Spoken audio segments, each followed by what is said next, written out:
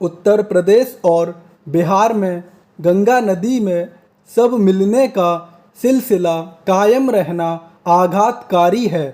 चूँकि बड़ी संख्या में सब मिले हैं, इसलिए यह अंदेशा होता है कि कहीं ये उनके तो नहीं जो कोरोना का शिकार हुए। यह एक तथ्य है कि कोरोना की दूसरी लहर गांवों तक पहुंच गई है और कुछ इलाकों में कहर भी ढा रही है। लेकिन यदि यह मान भी लिया जाए कि गंगा में मिले सब कोरोना का शिकार हुए लोगों के हैं, तब भी यह समझना कठिन है कि आखिर उन्हें नदी में बहाने की क्या ज़रूरत थी। क्या सब इसलिए बहाए गए क्योंकि उनका विधिवत दाह संस्कार करना मुश्किल था, या फिर गांवों के गरीब लोग अपने स्वजन के अंतिम संस्कार का खर्च वहन नहीं कर सकते थे? यदि ऐसा कुछ था तो फिर ग्राम प्रधान, पंचायत प्रमुख और ग्रामीण क्षेत्र के अन्य जनप्रतिनिधियों के साथ संबंधित प्रशासन क्या कर रहा था? कहाँ थे वे लोग जिन पर नदियों और खासकर गंगा की साफ सफाई की निगरानी का दायित्व है?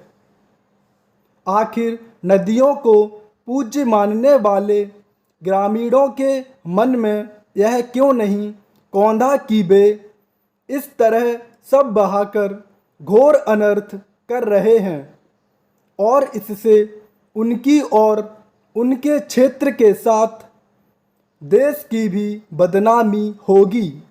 क्या यह माना जाए कि ग्रामीण इलाकों में एक वर्ग ऐसा है जो अभी भी नदियों की शुद्धता की परवाह नहीं करता? ये वे गंभीर सवाल हैं जिनका जवाब तलाशा ही जाना चाहिए। बेहतर हो कि इसकी कोई जांच हो कि किन कारणों से गंगा में सब बहाए गए। इसी के साथ इसकी कोई ठोस व्यवस्था होनी चाहिए कि भविष्य में कोई भी इस तरह नदियों से खिलवाड़ न कर सके।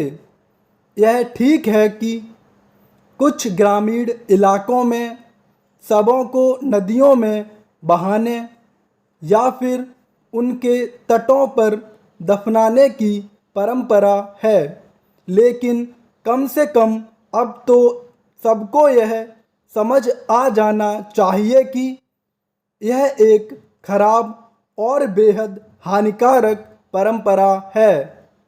इसे हर हाल में रोका जाना चाहिए।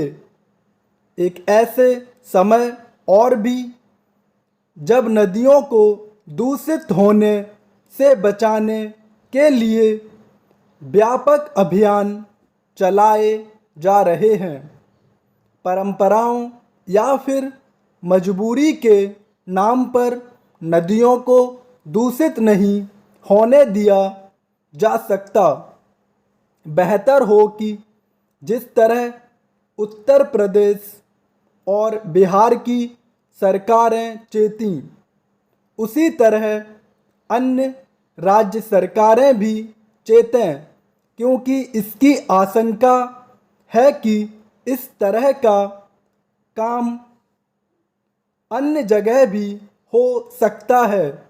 राज्यों को यह समझना होगा कि महामारी से लड़ने के साथ ही इसकी भी चिंता करनी है कि उसकी चपेट में आए लोगों के अंतिम संस्कार कोविड प्रोटोकॉल के तहत ही हों।